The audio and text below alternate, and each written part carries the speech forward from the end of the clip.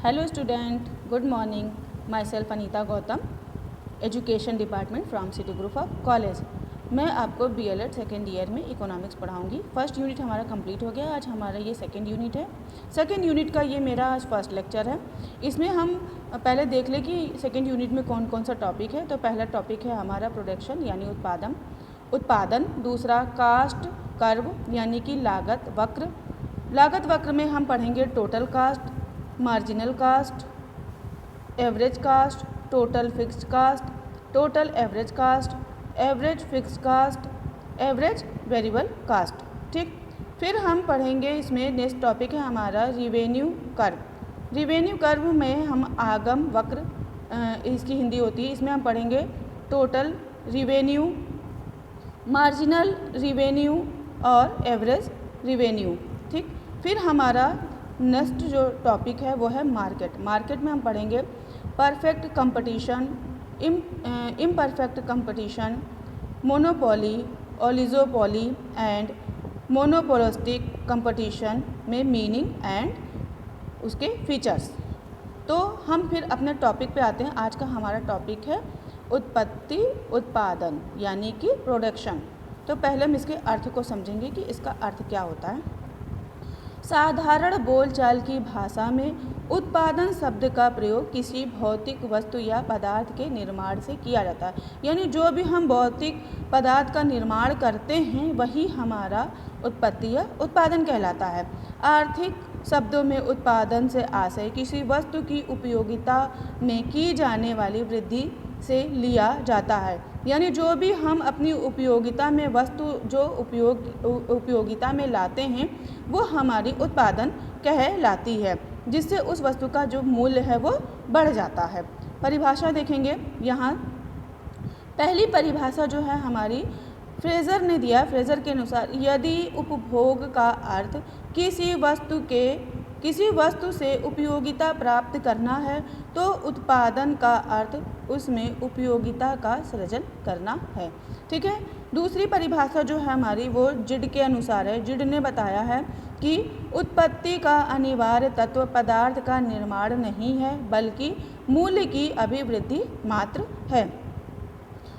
इसमें नेक्स्ट जो परिभाषा है टॉमस के अनुसार उन्होंने बताया कि उस उपयोगिता वृद्धि को उत्पत्ति कहा जाता है जिसके फलस्वरूप किसी वस्तु की वृद्धि हो सकती है, अर्थात उस वस्तु के बदले में पहले की अपेक्षा अधिक वस्तुएं मिल सके।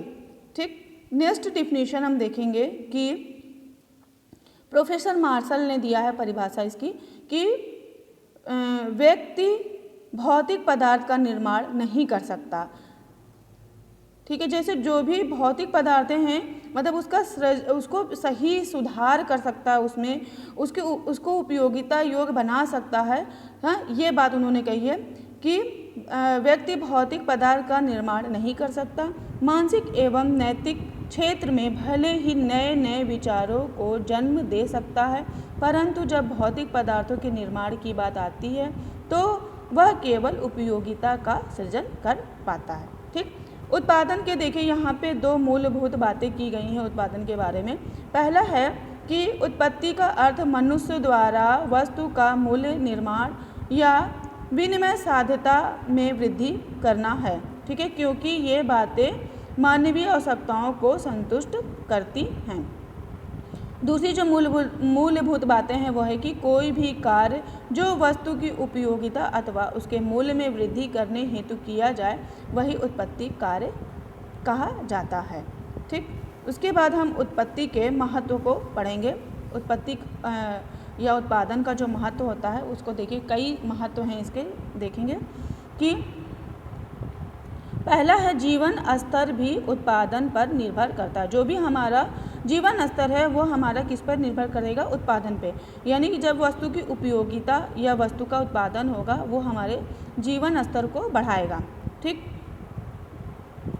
एक व्यक्ति के लिए उत्पादन का उतना ही महत्व है जितना कि उसके लिए भोजन, पानी व रोशनी आदि का। ठीक, बिना उत्पादन के व्यक्ति को ना तो भोजन मिलेगा और ना ही वह जीवित रह सकेगा। एक व्यक्ति की अधिक एक व्यक्ति की आर्थिक स्थिति उसके उत्पादन की मात्रा पर निर्भर करेगी। व्यक्ति स्वयं भी अपनी आवश्यकताओं की पूर्ति के लिए उत्पादन कर सकता है। मतलब जो भी उसकी अपनी आवश्यकता है उसकी पूर्ति के लिए भी वो क्या करेगा, उत्पादन करेगा। और वो क्या करता है, करता भी है, उसका उत्पादन करता भी है। वह अपनी सेवाओं के बदले उत्पत्ति वस्तुओं को प्राप्त करता है। एक व्यक्ति जितना अधिक उत्पादन करेगा या जितनी अधिक सेवाओं का उपयोग करेगा उसे उतनी ही अधिक वस्तुएं उपलब्ध होंगी। ठीक है, परिणाम स्वरूप इसके आर्थिक स्तर में उतनी ही अधिक वृद्धि होगी। जितना उत्पादन होगा उसकी आर्थिक वृद्धि भी उतनी ही अधिक होती जाएगी। दूसरा जो हमारा महत्व है वो है सामाजिक दृष्टि से महत्व। ठीक, सोशल इम्पोर्टेंस। इसमें है कि उत्पादन का व्यक्ति के लिए जो महत्व है वही महत्व समाज के लिए भी है। यदि समाज के आर्थिक स्तर को ऊंचा उठाना है तो हमें उत्पादन को बढ़ाना होगा। यानी जैसे हमें कोई भी वस्तु की उत्पादन की आवश्यकता है वैसे ही समाज को भी उत्पादन की आवश्यकता है। ठीक है, तो उत्पादन वृद्धि आर्थिक विकास की आधारशिला है। उत्पादन वृद्धि उपभोग में वृद्धि के लिए भी आवश्यक समझा जाता है। तीसरा जो हमारा महत्व है वो है राष्ट्रीय दृष्टि से महत्व, यानी नेशनल इम्पोर्टेंस। उत्पादन का राष्ट्रीय महत्व भी कम नहीं है, क्योंकि वाणिज्यवादी अर्थव्यवस्था का मूल आधार राष्ट्र को प्रत्येक दृष्टि से शक्तिशाली बनाता था। उस समय के अर्थशास्त्रियों का प्रमुख नारा शक्ति, सेना और धन में वृद्धि करना या इन सब बातों की प्राप्ति के लिए उन्होंने उत्पादन को बढ़ाने की बात कही थी। जिन राष्ट्रों में उत्पादन बढ़ने के प्रयत्न नहीं किए जाते या जो राष्ट्र उत्पादन नहीं बढ़ा सकते उन राष्ट्रों का अंतर्राष्ट्रीय क्षेत्र में कोई महत्वपूर्ण स्थान नहीं रह जाता है। नेक्स्ट जो महत्व है वो हमारा राजनीतिक दृष्टि से महत्व है। तो इसमें देखेंगे कि राजनीतिक दृष्टि से भी उत्पादन का क्या है, बहुत महत्वपूर्ण स्थान होता है। वर्तमान प्रजातांत्रिक शासन व्यवस्था में तो यह महत्व और अधिक बढ़ जाता है। ठीक, यही कारण है कि उत्पादन को बढ़ाने के लिए 5 साला योजनाओं के महत्व को स्वीकार किया जाने लगा है। कोई भी राजनीतिक पार्टी तब तक स्थायी शासन नहीं कर सकती जब तक कि वह देश के अधिकांश नागरिकों के लिए रोजगार की व्यवस्था ना कर सके।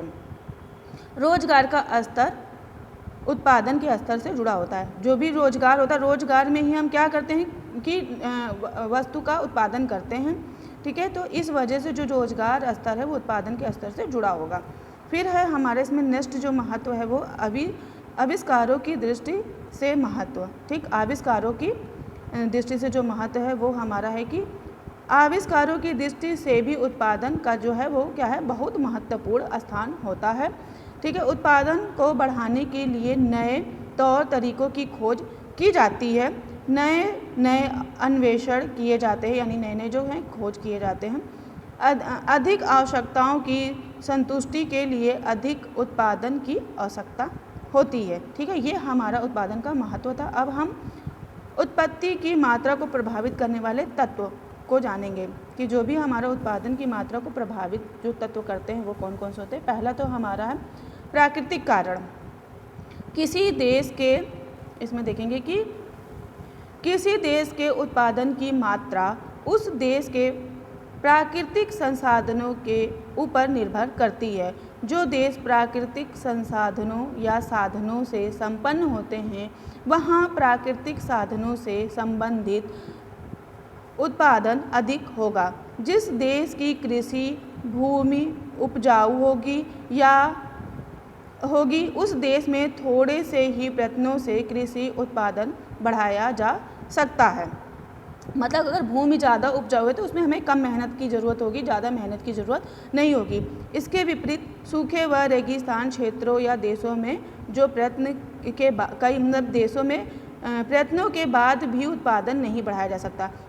जो हमारी सूखी और रेगिस्तान भूमि होती है उस पर हम चाहे जितना भी मेहनत कर लें हम उत्पादन को नहीं बढ़ा सकते।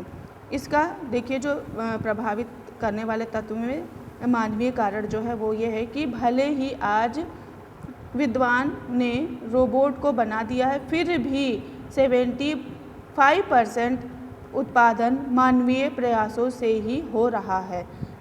इसलिए हम कह सकते हैं कि उत्पादन का स्तर मानव श्रम पर ही निर्भर करता है, यानी जो भी मशीन है वो भी मानव के द्वारा ही चलाई जाती हैं। तो ये है कि हम जो भी मतलब कार्य होगा वो मानव ही करेगा। जिन राष्ट्रों में श्रमिक स्वस्थ, पढ़ा लिखा और अधिक कार्य क्षमता वाला होगा, उन राष्ट्रों के उत्पादन का स्तर भी ऊंचा होगा। फिर इसी में देखेंगे कि पूंजी की उपलब्धता। नेक्स्ट है हमारा पूंजी की उपलब्धता। इसमें है उत्पादन को बढ़ाने के लिए पूंजी आवश्यक साधन है। ठीक है, बिना पैसे के कोई कार्य नहीं हो सकता, इसलिए पूंजी की आवश्यकता होती है। आज दुनिया के अधिकांश देश प्राकृतिक साधनों से संपन्न होते हुए भी पूंजी की कमी के कारण उत्पादन नहीं बढ़ा पा रहे हैं। ठीक है, अगर उनके पास उतनी पूंजी ही नहीं है कि वो उत्पादन बढ़ा पाए, तो इसी वजह से ये हुआ है कि पूंजी के कारण जो उत्पादन नहीं बढ़ा पा रहे हैं जो विकसित देश हैं वो भी। बैंकिंग तथा साख व्यवस्था। जो वर्तमान समय का उत्पादन उत्पत्ति के प्रमुख साधनों की अपेक्षा गौण साधनों से अधिक प्रभावी होने लगा है। उत्पत्ति के पांचों साधन कुशल होते हुए भी तब तक उत्पादन नहीं बढ़ा सकते जब तक कि बाह्य साधन उन्हें सहायता प्रदान ना करें। ठीक है, उत्पादन को बढ़ाने के लिए बैंकों की महत्वपूर्ण भूमिका होती है। मतलब जो भी अगर हमें मान लीजिए पैसे की ज़रूरत होगी तो हम क्या करेंगे, बैंक से उधार ले सकते हैं। फिर अगर उत्पादन हमारा अच्छा हो जाएगा तो हम उस बैंक के ऋण को चुका सकते हैं।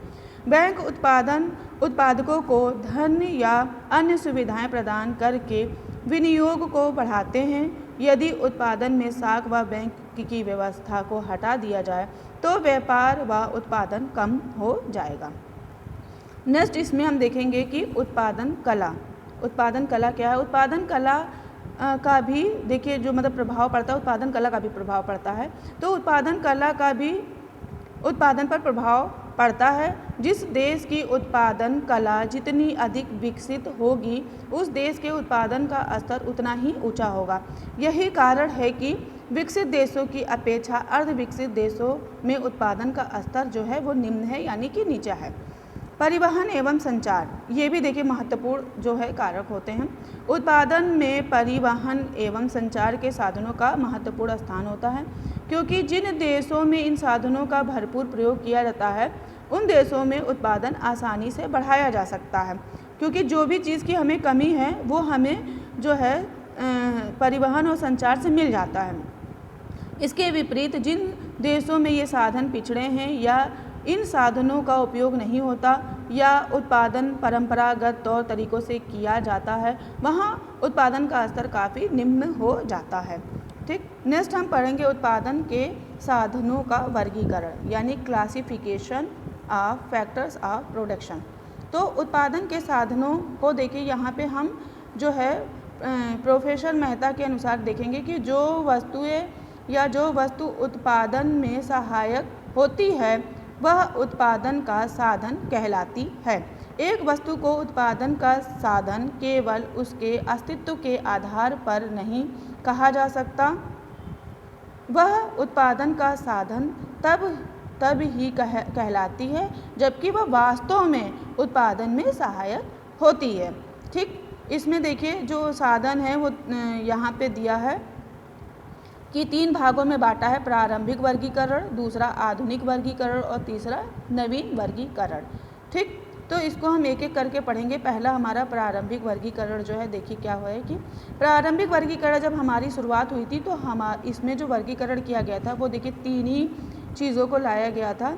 पहला तो भूमि, दूसरा जो है हमारा श्रम और तीसरा पूंजी। 3 भागों में ये डिवाइड थी। यानी उत्पत्ति के साधनों के प्रारंभिक वर्गीकरण श्रेय प्रतिष्ठित अर्थशास्त्रियों को है। इस संप्रदाय ने उत्पत्ति के साधनों को 3 भागों में बताया था, भी मैंने भूमि, श्रम और पूंजी में बांटा था। प्राचीन काल में उत्पादन की प्रणाली उतनी जटिल नहीं थी जितनी कि आज है। परंपरावादी अर्थशास्त्रियों ने भूमि को उत्पादन का प्रारंभिक एवं आधारभूत साधन माना था, क्योंकि जो भी हमारी उत्पत्ति होती है वो हमारी भूमि से ही होती है। ठीक है, उनके अनुसार स्वयं भूमि कुछ भी उत्पादन नहीं कर सकती, मतलब इसलिए भूमि से उत्पादन को प्राप्त करने के लिए श्रम की आवश्यकता होती है। मतलब भूमि से जैसे अगर हमें अच्छी फसल लेनी है तो हम श्रम के द्वारा ही और अच्छी फसल ला सकते हैं। अधिक फसल की बात करेंगे तो है कि अगर हम श्रम करेंगे तो हो सकता है जितनी भूमि में अपने आप से जितनी फसल होती है उतनी नहीं होगी, लेकिन अगर हमने उसमें श्रम किया तो हमें और अधिक मात्रा में जो है वो चीज़ें प्राप्त हो जाएंगी उस भूमि से। इस प्रकार उन्होंने श्रम को उत्पत्ति का सक्रिय साधन माना था। भूमि व श्रम के बीच में तालमेल बैठाने का कार्य पूंजी करती है, इसलिए पूंजी को उत्पादन के तीसरे साधन के रूप में स्वीकार किया गया। यह हमारा प्रारंभिक वर्गीकरण था। आधुनिक वर्गीकरण में क्या हुआ कि भूमि, श्रम और पूंजी तो थी ही, इसमें संगठन और साहस को बढ़ा दिया गया। दो चीज़ें हमारी और जो हैं इसमें जुड़ गई, संगठन और साधन। तो समय के बीतते के साथ साथ उत्पादन में महत्वपूर्ण परिवर्तन होने लगे। आर्थिक विकास की दर में तेजी से प्रगति होने लगी। विशिष्टीकरण के युग का बोलबाला बढ़ने लगा। उत्पादन में नए नए संसाधनों व तकनीक की सहायता ली जाने लगी, जिससे उत्पादन प्रणाली दिन पर दिन जटिल होने लगी। परंपरावादी अर्थशास्त्रियों ने उत्पादन के साधनों का जो वर्गीकरण किया वह यही देखिए 5 में है कि जो है वह वर्गीकरण मार्शल के युग तक अमान्य सा हो गया। ठीक, पहला इसमें देखिए वर्गीकरण में ही जो नया वर्गीकरण प्रस्तुत किया गया वो है भूमि, श्रम, पूंजी, संगठन और साहस। उत्पत्ति के इन साधनों की व्याख्या जो है इधर संक्षेप में देखेंगे। पहला हमारा जो भूमि है, भूमि क्या है कि प्रतिष्ठित अर्थशास्त्रियों ने भूमि को प्रकृति का स्वतंत्र उपहार मानते हुए लिखा है कि भूमि से अभिप्राय उन सभी वस्तुओं से है जो प्रकृति से निःशुल्क एवं स्वतंत्र उपहार के रूप में प्राप्त होता है। जो भूमि होती है वो हमें जो भी वस्तु देती है वो निःशुल्क होती है और स्वतंत्र रूप में हमें प्राप्त होती है। भूमि के अंतर्गत देखिए क्या आता है, पृथ्वी, ठीक है, और मिट्टी, नदी, नाले, खनिज व वन संप्रदाय, पानी, हवा, प्रकाश और जीव जंतु आदि आते हैं। ये सब हमें किससे प्राप्त होते हैं? भूमि से प्राप्त होते हैं। देखिए श्रम क्या है? उत्पादन का दूसरा महत्वपूर्ण साधन श्रम है। भूमि तो उत्पादन का निष्क्रिय साधन है, जबकि श्रम ही उत्पादन का सक्रिय साधन है। ठीक है, भूमि एवं अन्य साधनों को उत्पादन में लगाकर धन अर्जित करने का कार्य श्रम ही करता है। मतलब श्रम से ही हम अधिक पूंजी कमा सकते हैं। श्रम ही पदार्थ के रूप को बदलकर उसे और अधिक उपयोगी बनाता है। मतलब श्रम के द्वारा जो भी हम पदार्थ है उसका रूप बदल देंगे तो वो हमारा और भी उपयोगी है। जैसे वन से हमें लकड़ी मिलती है और लकड़ी से ही अगर हम फर्नीचर तैयार कर रहे हैं तो हमें अधिक जो है वो लाभ, मतलब पूंजी की प्राप्ति होगी। इसलिए श्रम को मानवीय साधन कहा जाता है। अर्थशास्त्र में श्रम का अर्थ केवल मानवीय श्रम से लगाया जाता है, जिसके अंतर्गत मानसिक एवं शारीरिक श्रम को सम्मिलित किया गया है। श्रम की व्याख्या करते हुए मार्शल ने देखिए बताया कि किसी भी मानसिक कार्य को श्रम कहते हैं, बशर्ते कि उस कार्य के करने से आनंद के अतिरिक्त धन की भी प्राप्ति हो। मतलब जहाँ भी हमें जो भी हम कार्य करें, चाहे मानसिक चाहे शारीरिक, उससे हमें धन की प्राप्ति हो, वही हमारा उत्पादन यानी वो श्रम कहलाएगा। इसी में प्रोफेसर थॉमस ने भी बोला है कि श्रम शब्द से ही मनुष्य के शारीरिक तथा मानसिक उन सभी चेष्टाओं का बोध हो जाता है जो किसी पुरस्कार की आशा में की जाती है। फिर हमारा नेक्स्ट जो है वो है पूंजी। ठीक, पूंजी उत्पत्ति का एक महत्वपूर्ण साधन होता है। बिना पूंजी के उत्पादन गतिहीन होता है। ठीक है, पूंजी मनुष्य द्वारा पहले किए गए श्रम से प्राप्त धन का वह भाग है जो आगे उत्पादन में प्रयोग किया जाता है। पूंजी के संदर्भ में स्टोनियर तथा हेंग्स ने लिखा है कि पूंजी संपूर्ण उत्पादन में उन उपकरणों का बोध कराने के लिए प्रयुक्त होती है जिन्हें व्यक्ति भविष्य में उत्पादन कराने के लिए जानबूझकर बनाता है। अर्थात पूंजी के अंतर्गत केवल मतलब रुपए पैसे नहीं आएंगे। देखिए जो भी हमारा साधन होगा, मतलब जो भी चीज़ें आएंगी वो हमारी उसी में आएंगी। जैसे पूंजी के रूप में हम जो हल है वो भी ले सकते हैं, बैल है वो भी ले सकते हैं, जो मशीन होती है वो भी हमारी पूंजी के रूप में आएगी, कच्चा माल भी हमारा पूंजी के रूप में आएगा, जो भवन है वो भी हमारा जो है पूंजी के रूप में आएगा, खनिज पदार्थ भी पूंजी के रूप में आएगी, और आदि चीज़ें भी इसके अलावा भी हमारी वो पूंजी के रूप में ही आती हैं। तीसरा हमारा संगठन यानी ऑर्गेनाइजेशन। इसमें है कि संगठन उत्पत्ति का प्राचीन साधन नहीं है, मतलब पहले 3 ही चीज़ें थी, ये हमारा जो है ये आधुनिक साधन है। इस साधन को सबसे पहले मार्शल द्वारा मान्यता दी गई थी। ठीक है, उत्पादन प्रणाली की जटिलता के कारण साधनों के बीच तालमेल बैठाने के लिए व्यवस्था या संगठन की आवश्यकता हुई। मतलब इन सभी का तालमेल बैठ सके, इसीलिए हमारा संगठन जो है वो आया। अतः संगठन उत्पत्ति का वह साधन है जो भूमि, श्रम तथा पूंजी को उचित मात्रा एवं उचित अनुपात में मिलाकर उत्पादन कराता है। ठीक है, 5वां आ गया साहस यानी इंटरप्राइज। इसमें है कि उत्पादन के प्रत्येक कार्य में जोखिम की आवश्यकता होती है। ठीक है, तो वर्तमान समय में बिना जोखिम के कोई भी कार्य संभव नहीं है, और एक ही व्यक्ति व्यवस्थापक, पूंजीपति और साहसी नहीं हो सकता, भले ही वह तीनों भागों को स्वयं क्यों ना संभाले, परंतु विशिष्टीकरण को ध्यान में रखते हुए उनका ऐसा करना ठीक नहीं है। इसलिए भावी हानि व जोखिम को जो साधन वहन करता है उसे जो है वो साहसी कहते हैं या इंटरप्राइज कहते हैं। तीसरा वर्गीकरण के रूप में देखेंगे, जैसे प्राचीन था, आधुनिक था, फिर नवीन वर्गीकरण। नवीन वर्गीकरण में उत्पत्ति के साधनों का नवीन वर्गीकरण वर्तमान समय के अर्थशास्त्रियों के द्वारा ही किया गया है।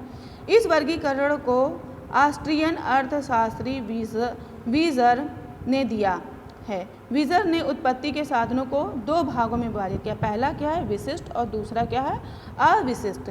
तो पहले हम विशिष्ट देखेंगे। उत्पत्ति के ये वे साधन हैं जिनको एक से अधिक प्रयोगों में प्रयुक्त नहीं किया जा सकता, जैसे रेल की पटरी। ठीक, रेल की पटरी जो है हम सिर्फ ट्रेन चलाने के लिए ही प्रयोग में कर सकते हैं, तो पटरी पर केवल रेल को चलाया जा सकता है। रेल की पटरी का उपयोग कार, मोटर, स्कूटर चलाने के लिए नहीं किया जा सकता। ठीक है, इसलिए विशिष्ट साधन है। विशिष्ट साधन का मतलब कि जिसके लिए बनाया गया है उसको उसी के लिए प्रयोग में लाना ही हमारा विशिष्ट साधन कहलाता है। अविशिष्ट साधन, इसमें क्या है कि अविशिष्ट साधन वे साधन होते हैं जिनको एक से अनेक प्रयोगों में लाया जा सकता है। जैसे उदाहरण के लिए क्या है, बिजली से चलने वाली मोटर को, इसका प्रयोग क्या होता है, पानी खींचने, चक्की चलाने तथा लकड़ी चीरने आदि अनेक कामों में किया जा सकता है। सैद्धांतिक दृष्टिकोण से उपयुक्त वर्गीकरण उचित हो सकता है, परंतु व्यवहार में ऐसा नहीं है। व्यवहार में हम उत्पत्ति के 5 साधनों का प्रयोग करते हैं। वही क्या है, जो हमारा भूमि, श्रम, पूंजी और ऑर्गेनाइजेशन और ये जो साधन है वो।